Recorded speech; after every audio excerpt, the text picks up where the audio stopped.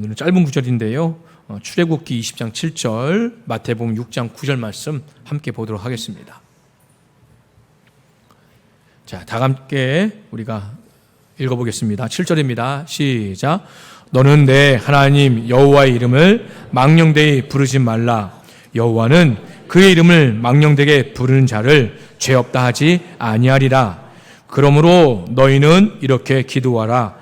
하늘에 계신 우리 아버지여, 이름이 거룩히 여김을 받으시오며. 아멘. 이는 하나님의 말씀입니다.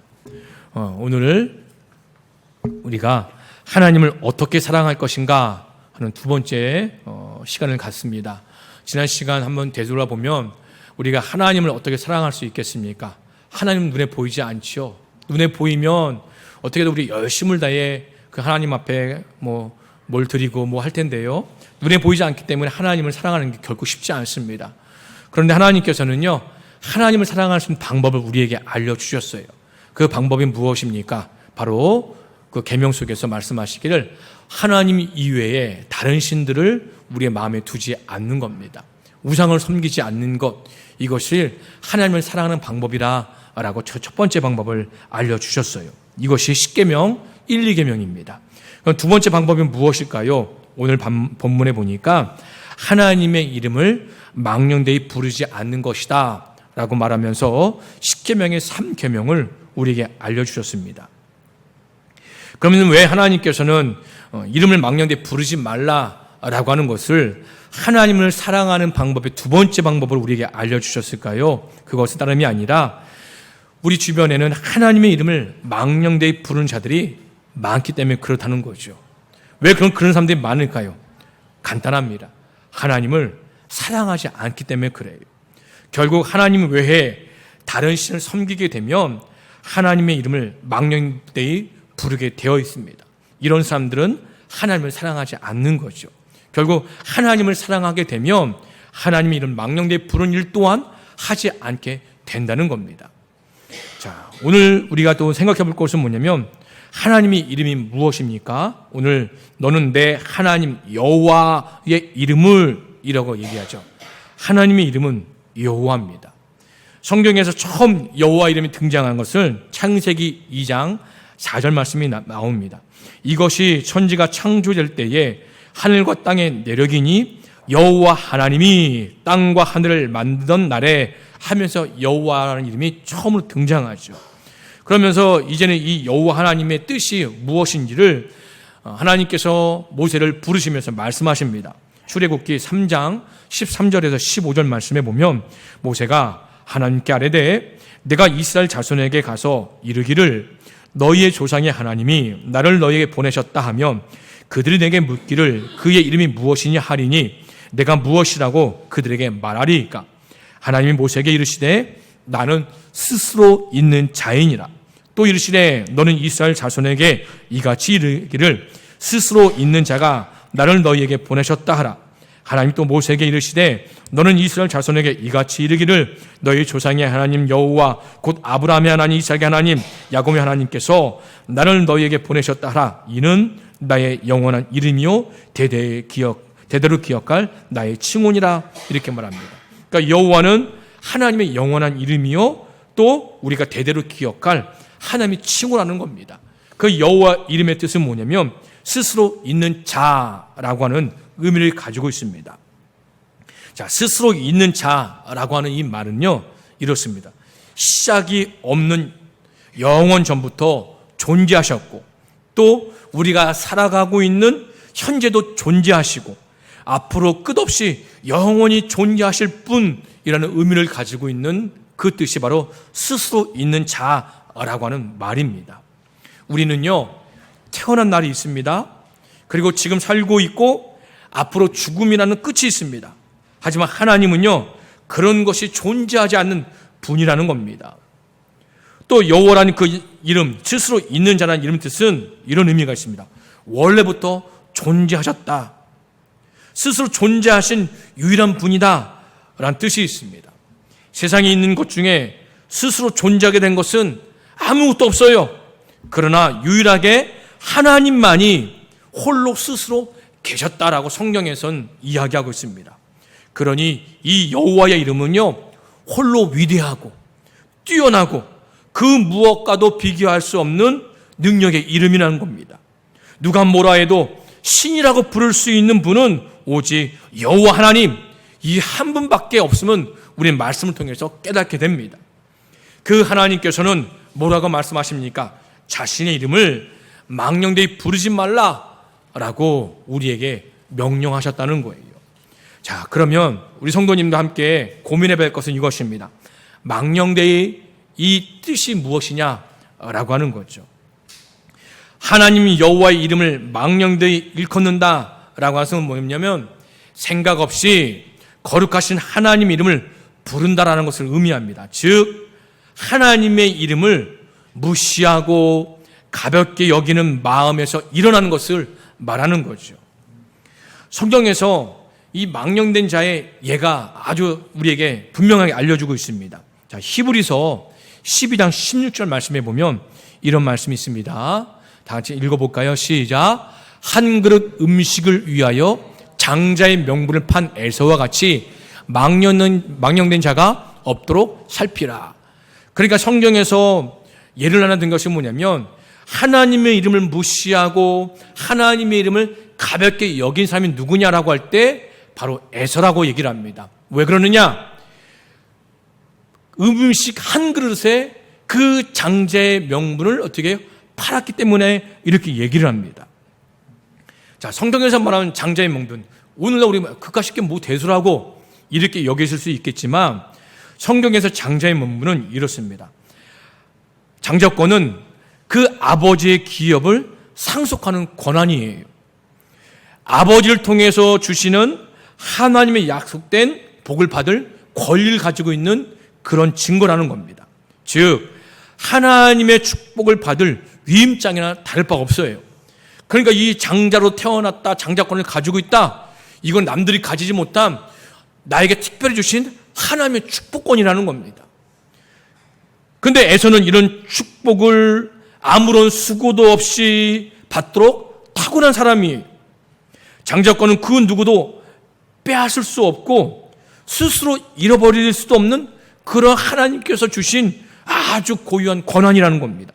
그런데 이 에서는요, 배고픔을 참기 힘든 상황에 빠지자 이 고유한 이 권리를 동생 야곱에게 떡과 팥죽에 팔아먹습니다.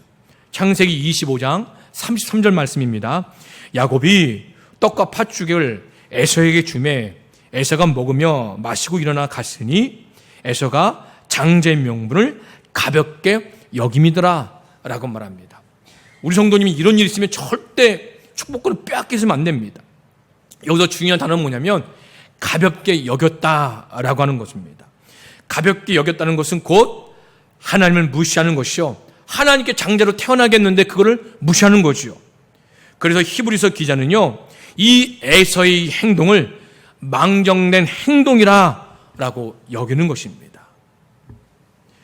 그렇기 때문에 우리는 항상 삶 속에서 내가 사랑하는 하나님의 이름을 가볍게 여기거나 무시해서는 안 된다는 것을 우리 마음속 깊이 새겨놓아야 한다는 겁니다.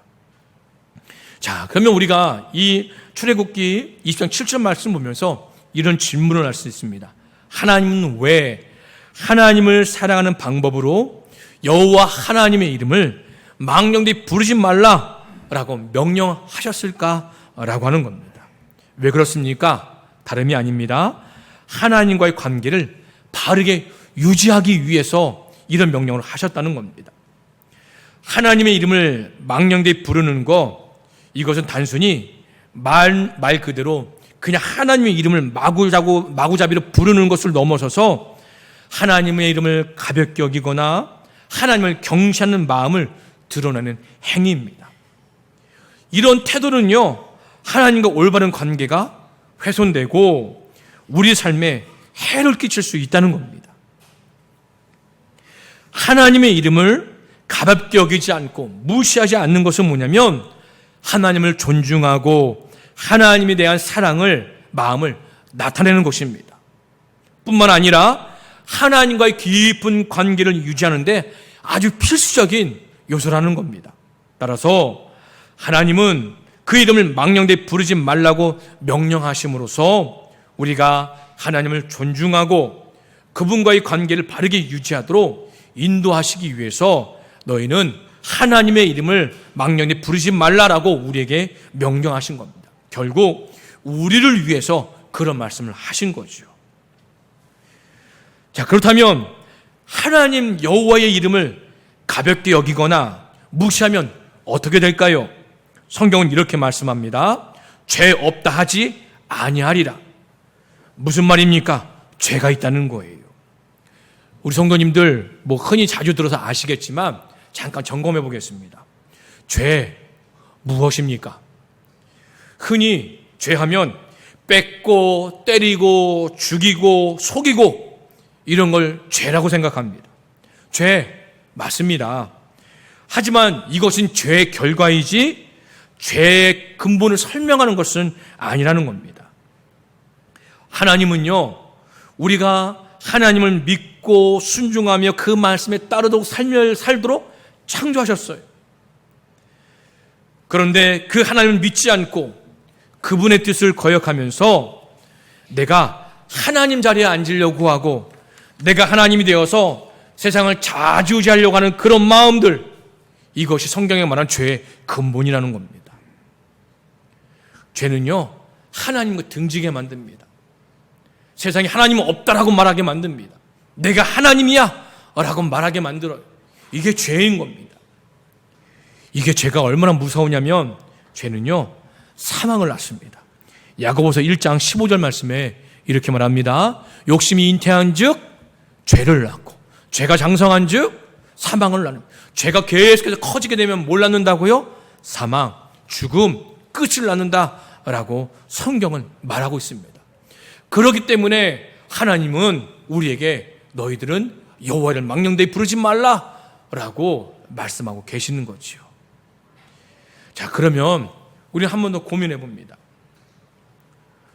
어떻게 우리는 여호와 하나님의 이름을 망령되이 부르지 않을 수 있을까요?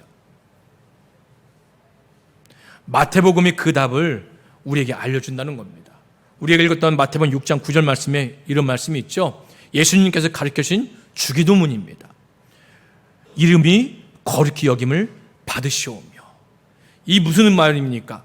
즉 하나님을 사랑하는 사람은 하나님의 이름이 영광 받으시도록 하나님의 이름이 영화롭게 하는 그런 삶을 살아야 된다라고 하는 거예요. 단적인 예가 하나 있습니다. 우리가 계속해서 오후 시간에 로마서를 공부하는데 로마서의 2장에 보면은 하나님의 선택된 유대인들이 있습니다. 그런데 사도 바울은 그 유대인들이 하나님의 이름을 모독한다 이렇게 얘기를 하고 있거든요. 그 이유가 무엇이냐? 같이 한번 읽어보겠습니다. 좀 길지만 로마서 2장 17절에서 24절 말씀입니다. 유대인이라 불리는 내가 율법을 의지하며 하나님을 자랑하며 율법의 교훈을 받아 하나님의 뜻을 알고 지극히 선한 것을 분간하며 맹인의 길을 인도하는 자여 어둠에 있는 자의 빛이요 율법에 있는 지식과 진리의 모본을 가진 자로서 어리석은 자의 교사여 어린아이의 선생이라고 스스로 믿으니, 그러니까 유대인이 얼마나 대단한 거예요. 이렇게 자랑한 마음을 가지고 있다는 거예요. 하나님이 우리 민족을 이렇게 선택했는데 그런 자부심과 긍지가 있다라고 얘기를 하고 있는 거죠. 자, 그런데 이렇게 얘기합니다. 21절입니다. 다 같이 계속 읽어볼게요. 시작. 그러면 다른 사람을 가르치는 내가 내 자신은 가르치지 아니하느냐? 그러면서 하는 말이 시작. 도둑질하지 말라. 선포는 내가 도둑질하느냐? 간음하지 말라. 말하는 내가 간음하느냐? 우상을 가증히 여기는 내가 신전 물건을 도둑질하느냐? 율법을 자랑하는 내가 율법을 범함으로 하나님을 욕되게 하느냐? 기록된 바와 같이 하나님의 이름이 너희 때문에 이방인 중에서 모독을 받는도다. 하나님께 선택받은 백성, 세상에 그 무엇보다 하나님을 더욱더 사랑하고 그래서 하나님 축복을 받은 유대인들이 자신의 행동들 때문에 하나님의 이름이 욕을 먹는다는 거예요. 이 유대인들 때문에 예수님을 믿지 않는 세상의 사람들에게 그 하나님의 이름이 모독을 받고 있다라고 얘기를 하고 있습니다. 이게 유대인만 끝나는 문제입니까? 아니요. 예수 그리스도를 구주로 믿는 우리도 마찬가지예요. 하나님을 믿는다라고 말하면서 믿는 우리의 행실 때문에 하나님 이름이 도리어 욕되게 되거나 혹은 세상의 사람들로부터 하나님의 이름이 모독을 당할 수 있다라고 얘기를 하고 있는 겁니다. 이것이 무엇입니까? 여호와 이름이 망령되이 부르는 것 똑같은 거예요. 그러면 반대로죠. 그럼 어떡합니까? 우리는요, 하나님의 이름을 정말 자주 부릅니다. 기도할 때 부르고, 찬송할 때 부르고, 성경 읽을 때 부르고, 성경 공부할 때 부르고, 또 다른 사람과 대화 나누고 이야기할 때 하나님 이름을 자주 불러요. 이렇게 하나님의 이름을 부르는 것은 믿음이 좋아서 그럴 수 있습니다. 그리고 습관적으로 그럴 수도 있다는 거예요. 저 같은 경우 보세요. 목사이기 때문에 누구보다 더욱더 하나님 이름을 자주 부르게 됩니다. 중요한 것이 무엇입니까? 하나님의 이름을 부른 뒤에 나의 행동이 중요하다는 거예요. 우리가 입으로는 주여 주여 하면서 행실로는 말씀대로 살지 않고 말씀을 행하지 않으면 하나님의 이름이 무시하는 거거든요. 하나님의 이름이 세상 사람들로부터 모독을 받게 하는 거거든요. 디도서 1장 16절은 이렇게 말합니다. 그들이 하나님을 시인하나 행위로는 부인하니 그 행위로 부인한 사람은 뭐라고 말합니까? 가증한 자요, 복종하지 않은 자요, 모든 선한 일을 버리는 자다라고 얘기를 합니다. 그러니까 여호와를 망령되이 부르면서 살아가는 사람들은 하나님을 자주 부른다 할지라도 그 행위 때문에 결국 하나님으로서 우리는 가증한 자요, 복종하지 않는 자요, 모든 선한 일을 버린 자라고 분류받는다는 거예요. 그렇기 때문에 우리는 주기도문대로 하나님의 이름이 거룩히 여김을 받기 위해서 삶을 살아야 된다는 거예요. 여기까지 말씀을 준비하면서 제 자신을 곰곰이 생각해 봤습니다. 하나님, 저는 그럼 목사로서 하나님의 이름을 영화롭게 하는 삶 어떻게 됩니까?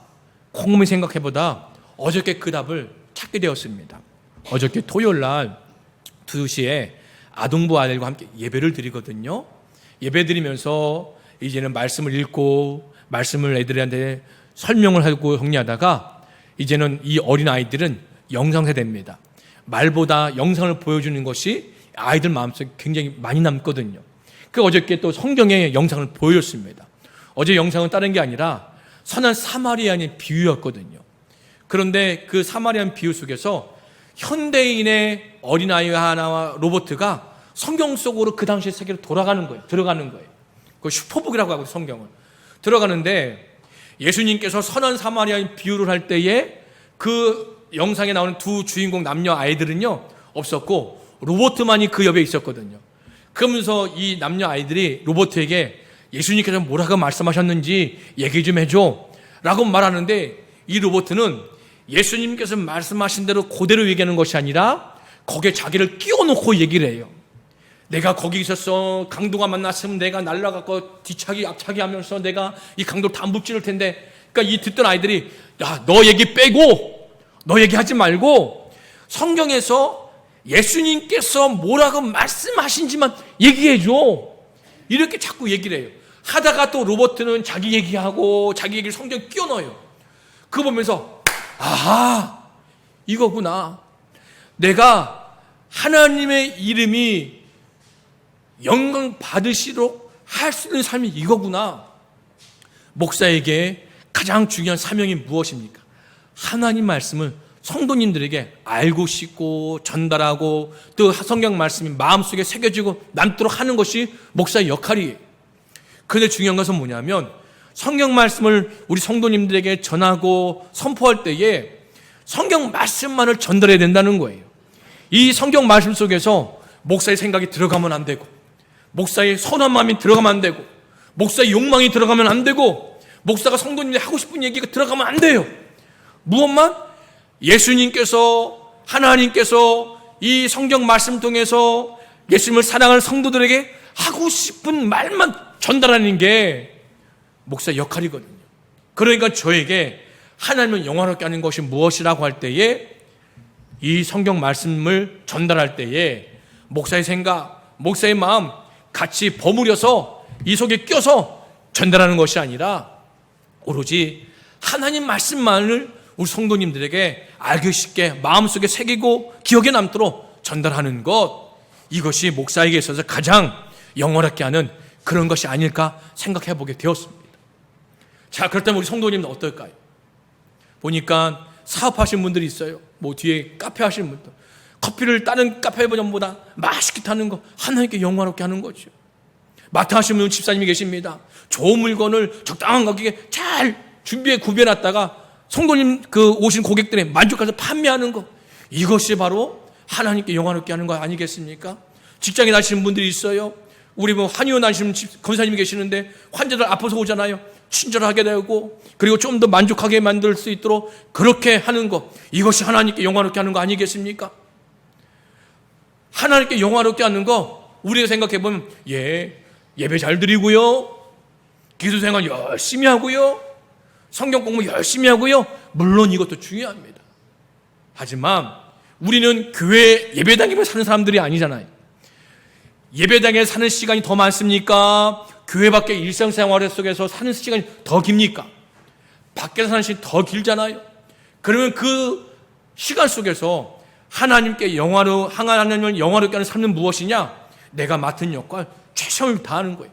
남이 보던 보지 않던 내가 이 역할을 통해서 어떻게 해요? 최선을 다할 때에 그 모든 것이 하나님을 영화롭게 한다는 겁니다. 우리 귀한 성도님들, 목사만이 성직입니까? 전혀 그렇지 않아요. 우리 성도님들이 일하시는 그 모든 일들이 다 성직입니다. 왜 그렇습니까? 하나님의 이름으로 일을 하시기 때문에 그래요. 내 이름으로 일하는 것이 아니라 하나님의 이름으로 사업을 하시고, 하나님의 이름으로 일을 하시고, 하나님의 이름으로 활동하시기 때문에 내가 하는 모든 일이 다 거룩한 직인 거예요. 그래서 우리는 내 일을 통해서 최선을 다하게 하는 것, 이것을 통해서 하나님의 이름을 영화롭게 하는 것이요, 이것이 바로 하나님을 사랑하는 두 번째 방법이다 라고 우리는 그렇게 깨닫게 된다는 겁니다.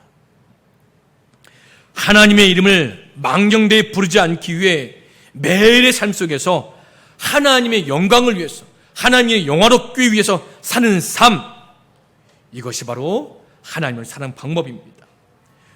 우리 귀한 성도님들, 우리가 함께 하나님을 힘껏 사랑하길 바랍니다. 매일매일 삶 가운데 하나님을 사랑하는 것을 그여 주여 주여만 외치는 것이 아니라 나의 생활 속에서 땀을 흘며 수고하며 하나님께 열심히 사랑을 표현하게 되면 하나님께서 약속하셨죠. 내가 천대까지 은혜를 베푸리라. 그런 축복을 누리는 귀한 분들 되기를 간절히 소망합니다.